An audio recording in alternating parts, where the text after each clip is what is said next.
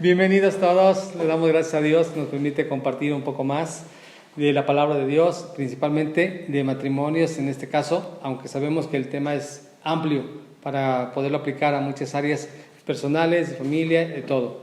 Entonces, pues vamos a hablar del matrimonio. Hoy me quiero basar en una, pues como no es parábola, sino sí es una cita, pero es un ejemplo de que Jesús puso cuando se trata de las pruebas, y está en el Evangelio de Mateo, capítulo 7, versículo 24 hasta el 27. Leo entonces. Dice: cualquiera pues que me oye estas palabras y las hace, le compararé a un hombre prudente que edificó su casa sobre la roca. Descendió lluvia y vinieron ríos y soplaron vientos y golpearon contra aquella casa y no cayó, porque estaba fundada sobre la roca.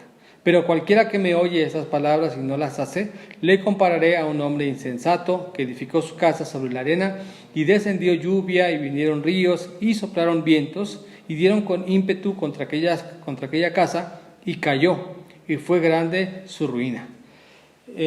Queremos platicar un poquito concluyendo todo lo que hemos hablado del egoísmo, sobre 3 cosas que hacer para poder ayudar a trabajar en esto. Y en el ejemplo de la casa, pues construir una casa no es un solo momento, son varios elementos, un trabajo en equipo, son varias cosas que hay que cuidar, y aquí en esa conclusión 3 cosas que vamos a platicar. Entonces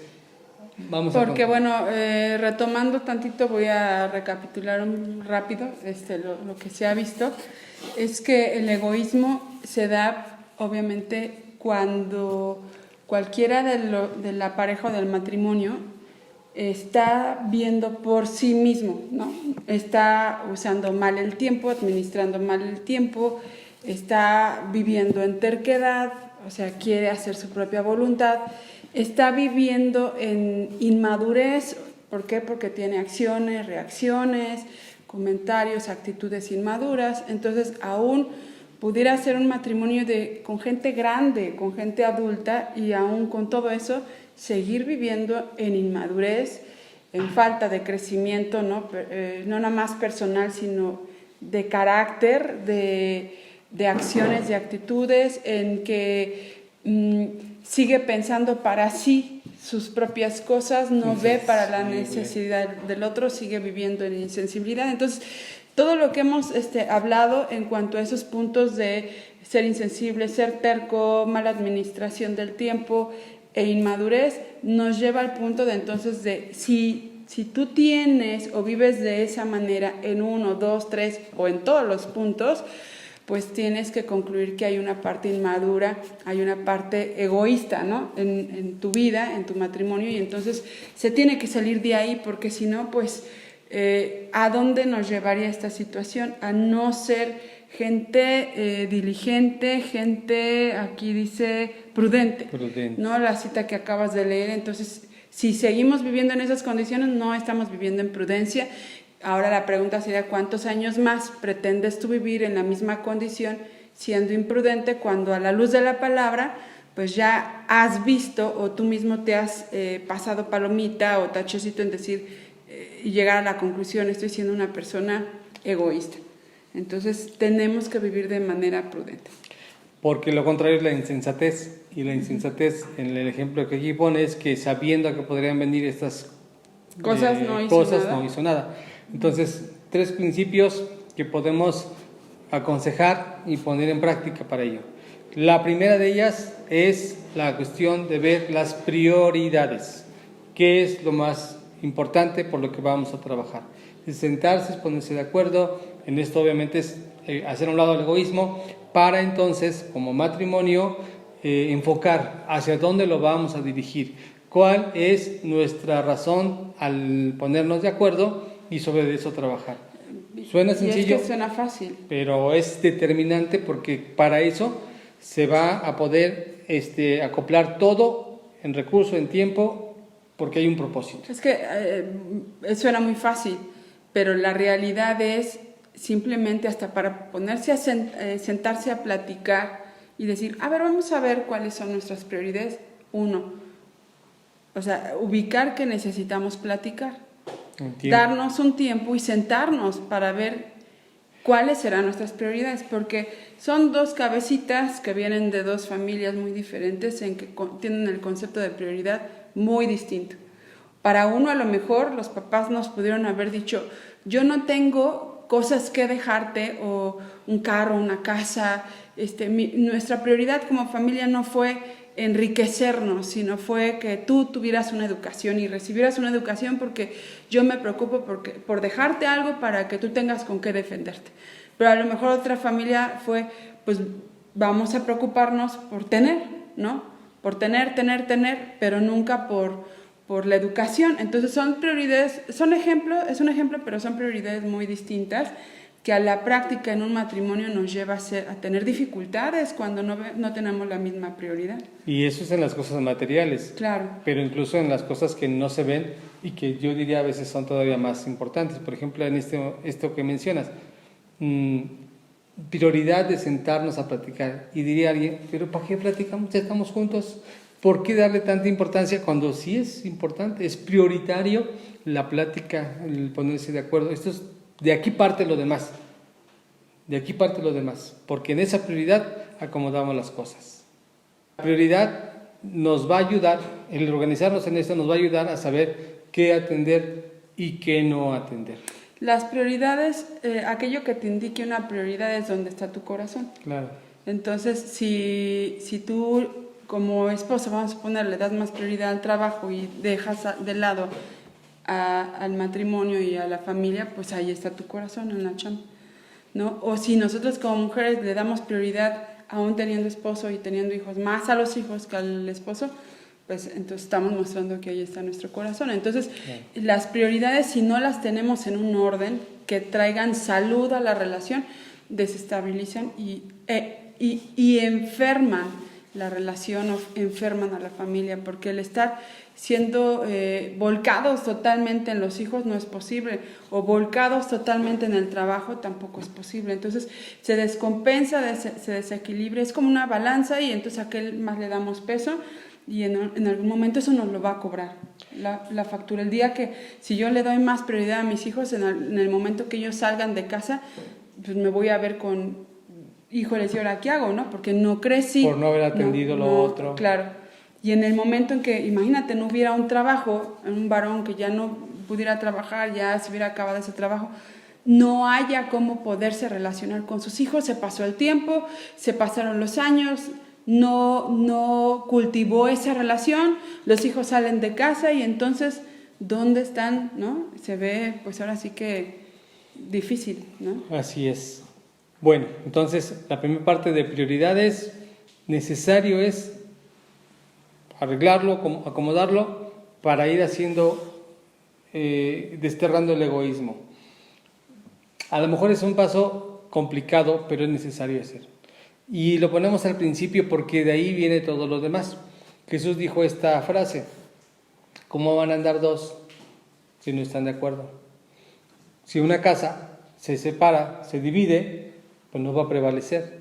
Pero si se une, porque eso es una prioridad, porque a lo mejor de manera distinta, ser individuos diferentes, para mí una prioridad es tener siempre comida, pero para ella es, no, primero hay que pagar cosas antes de que la comida, por decir algo. Pero no solamente en lo material, en muchos sentidos, la educación de los hijos, lo que vamos a hacer con la familia, cosas tan sencillas como ¿con quién vamos a pasar la Navidad?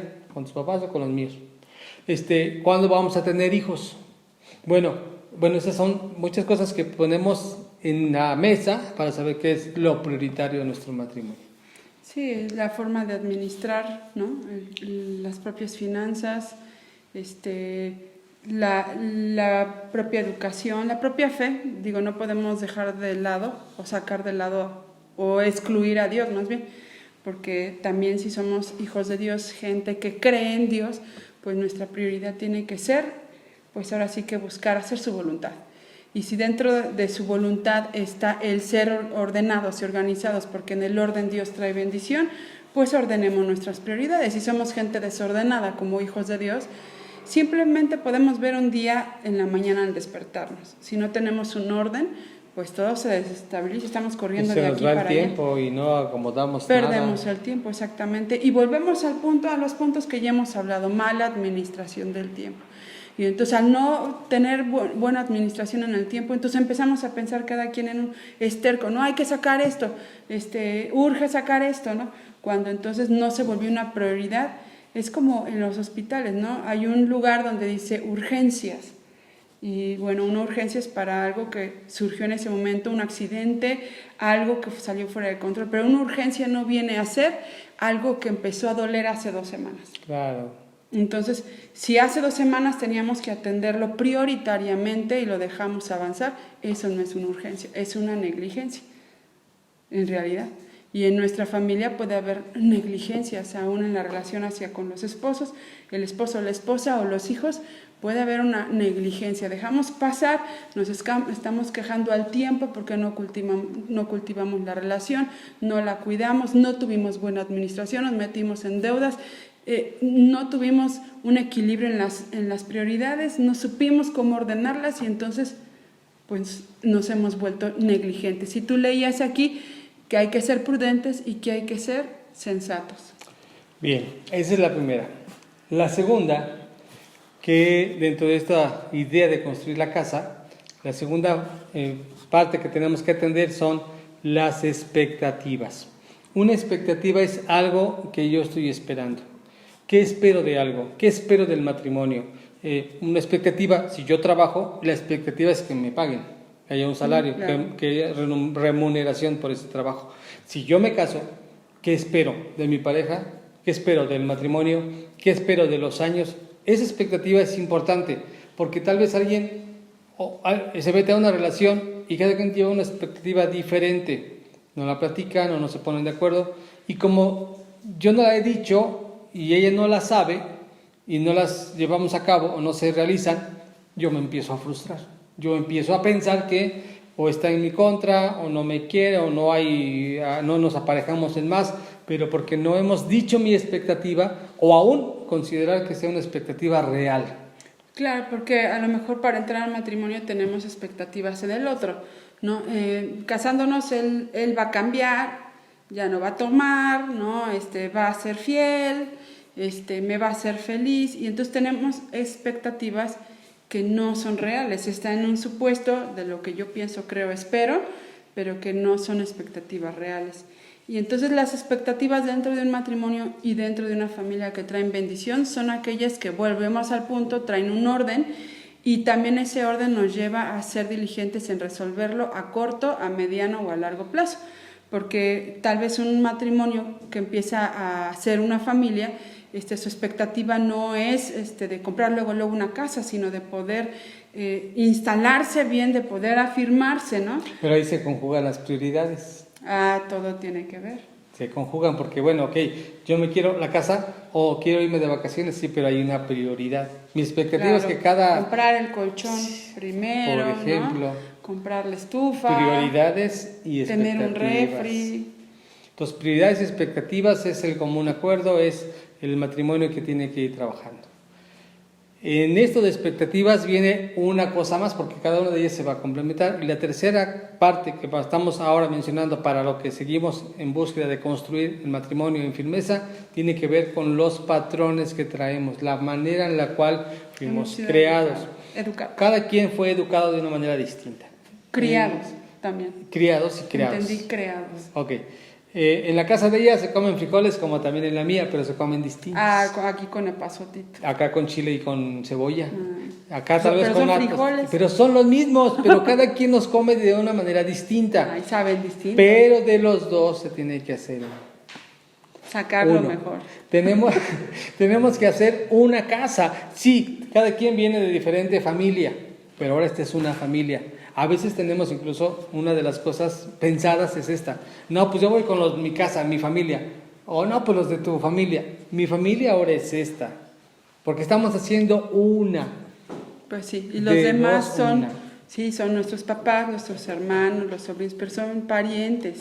si forman parte de nuestra familia, pero nuestra familia ya en primer plano, pues somos nosotros juntamente con nuestros hijos. Y es aquí donde tenemos que identificar qué patrones, qué formas, qué costumbres nos pueden perjudicar, nos pueden traer problemas, porque entonces si yo quiero imponer, y este es el estilo, y es que los Álvarez siempre esto, siempre aquello, pero no compagino con respecto a lo que, con la otra familiaridad que tenemos, ahora vamos a estar estirando, jaloneando, no, pues es que se hace así, no, pues es que allá, y no vamos a poder hacer que nuestra casa esté firme como relación o matrimonio.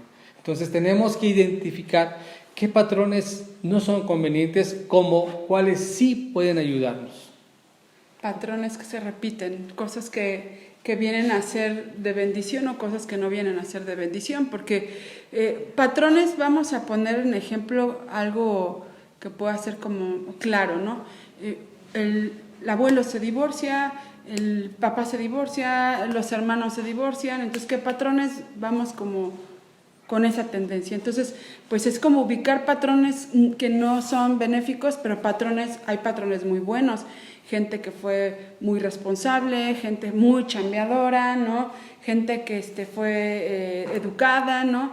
Gente servicial, gente generosa. Hay patrones que a lo mejor uno es más generoso que el otro, pero ese patrón tú, por ejemplo, puedes ubicar, eso es bueno, lo adoptas y entonces lo enseñamos, ¿no? O yo veo algún patrón bueno en tus parientes, ¿no? De tu casa, tus papás, todos ellos, y diga, bueno, es algo bueno, lo podemos adoptar y lo podemos enseñar. Ahora, en esa parte, dentro de lo que hemos hablado de la inmadurez, con respecto a quitar el egoísmo, es considerar, aquí no se trata de ver quién ganó, o sea, para que digan, no, pues yo soy mejor que lo de donde tú vienes, no, es qué beneficia al matrimonio, qué es lo bueno que aporta. Si esto es conveniente, no importa si vino de tu lado o de mi lado, es algo bueno, porque nos va a edificar. No hay ganador, no hay vencedor, ganamos o perdemos todos aquí. Estamos en el mismo barco y veamos que lo que se va a hacer es porque está aportando al matrimonio. Claro. Llegando hasta este punto, después de platicar de prioridades, de expectativas y de patrones, tanto buenos y malos, que tenemos que ver con qué nos quedamos y aún también qué cosas nuevas generamos. Okay. Porque bueno, algo que hemos aprendido es que no es más importante lo que tú recibes como herencia, sino la herencia que tú dejas, ¿no? Y bueno, hay una enseñanza que tú puedes generar correcta, conforme a la voluntad de Dios, con tal de agradar a Dios, que tu casa, tu matrimonio, tus hijos, y que bueno, todo pueda irse llevando conforme a la voluntad de Dios y a su palabra. Entonces es buen tiempo que hay que tomarse, ¿no? A lo mejor hay que platicar, echarse un cafecito, darse ese tiempo, apartar un tiempo, agendarlo para darle esa importancia a lo que se tenga que platicar y llegar a acuerdos para esto. Y bueno, creo que para concluir sería bueno o importante mencionar esto. A veces tenemos buenos ejemplos en algunos matrimonios que ya llevan más tiempo, años, o que son más grandes que nosotros, y que, bueno, vemos que ahí están, que aún después de tantas luchas, de tantas situaciones o adversidades, ahí están. O los vemos bien gozosos, felices, llegan hasta agarrados de la mano, bien sonrientes, como si nunca pasara nada.